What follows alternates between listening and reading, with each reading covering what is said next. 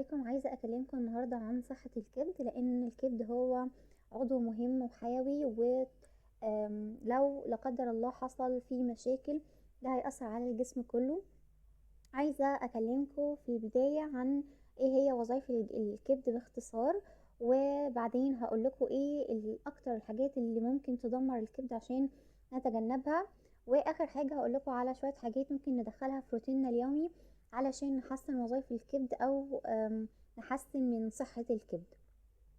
اول حاجة الكبد دوره الرئيسي هو ازالة السموم من الجسم، زي الكحول، زي الادوية، زي مخلفات الايض، زي مثلا الامونيا. يعني بياخد الحاجات دي كلها يحولها لمواد اقل سمية، وبالتالي يقدر الجسم يتخلص منها. دي اول وظيفة، الوظيفة الرئيسية. تاني وظيفة ان هو بينتج البروتين، وفي بروتينات مهمة زي بروتين الدم الالبومين. ده البروتين ده دوره ان هو يحافظ على سوائل اللي موجودة في الدم، ان هي تفضل في الاوعية الدموية، وانه ما يحصلهاش يعني ان هي تخرج من الاوعية الدموية دي تترسب في الانسجة، فيحصل تورم او تراكم للسوائل دي في خلايا الجسم يعني. فده بروتين مهم جدا، الكبد هو المسؤول عن تصنيعه. في بروتينات كمان اسمها بروتينات التجلط، دي برضو المسؤول عن تكوينها هو الكبد. دي فايدتها انه ما يحصلش اي نزيف سواء داخلي او خارجي يعني. دي تاني وظيفة اللي هو انتاج البروتينات. تالت وظيفة هو بيشتغل كمكان للتخزين، تخزين الفيتامينات المهمة زي فيتامين بي 12، زي فيتامينات اللي بتدوب في الدهون كي واي ودي واي، زي المعادن المهمة زي الحديد، زي الزنك، زي النحاس، المغنيسيوم. فهو مكان بتخزن فيه الفيتامينات والحديد والمعادن المهمة علشان لما الجسم يحتاجها يخرجها. كمان الكبد من وظائفه المهمة ان هو بينتج حاجة اسمها الصفرة، دي ضرورية جدا لهضم الدهون. من غيرها ما يعرفش الجسم يهضم الدهون بشكل كويس. اخر حاجة ان هو ليه دور مناعي، في خلايا موجودة في الكبد اسمها الماكروفاج، دي بتلتهم اي بكتيريا او اي ميكروبات او اي خلايا سرطانية، وتبتدي تقضي عليها. فكمان الكبد ليه دور مناعي.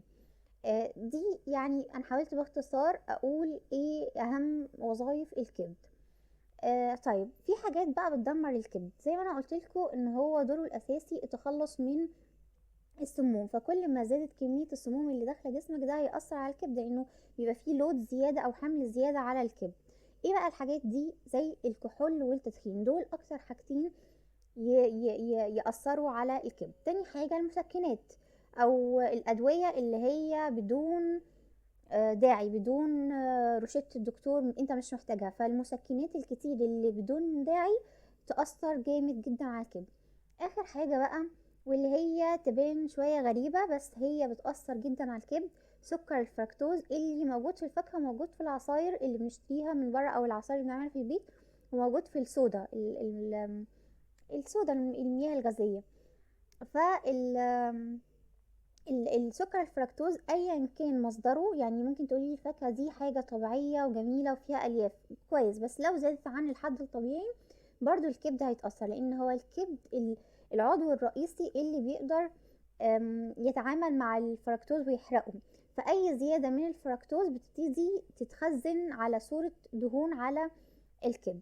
طيب يعني ما ناكلش فاكهة خالص؟ لا، هناكل فاكهة ولكن بشكل معتدل، لان الفاكهة فيها مضادات أكسدة وفيها فيتامينات، دي مفيدة جدا يعني تفيد الكبد، لكن بالكمية المعتدلة.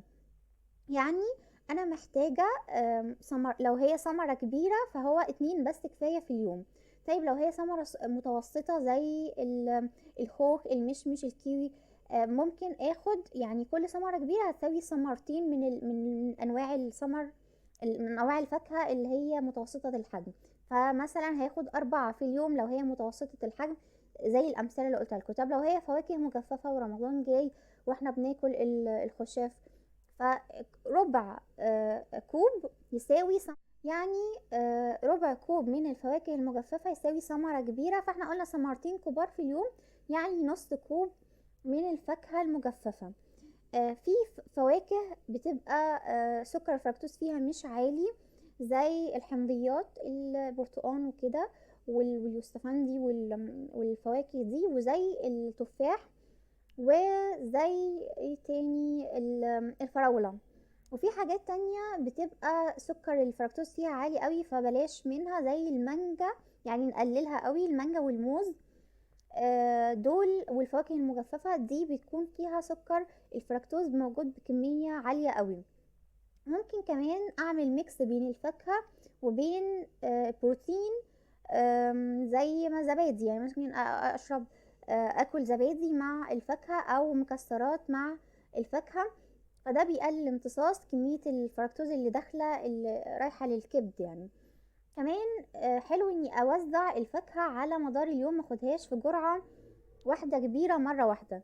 طبعا العصاير بلاش، يعني اكل الفاكهة كاملة، لان الفاكهة فيها الياف، والالياف برضو بتقلل امتصاص السكر اللي موجود في الفاكهة. لكن العصير ما فيهوش الياف، انا بشيل الالياف وبيبقى مجرد سكر بس في العصير. طبعا الصودا والعصاير اللي بشتريها بره البيت، مش بعملها في البيت، بلاش، لان برضو بيبقى فيها كمية كبيرة من الفركتوز، وكمان مش بيكون فيها الياف زي ما قلنا. بس ده كل اللي انا كنت عايزة اقوله عن الكبد وصحة الكبد. لو عجبك الفيديو، يا ريت تشتركي في القناة وتفعلي الجرس عشان توصلي كل الفيديوهات. ولو عندكم اي اقتراحات لمواضيع تحبوا نتكلم فيها الفترة اللي جاية، يا ريت تكتبولي في الكومنتات.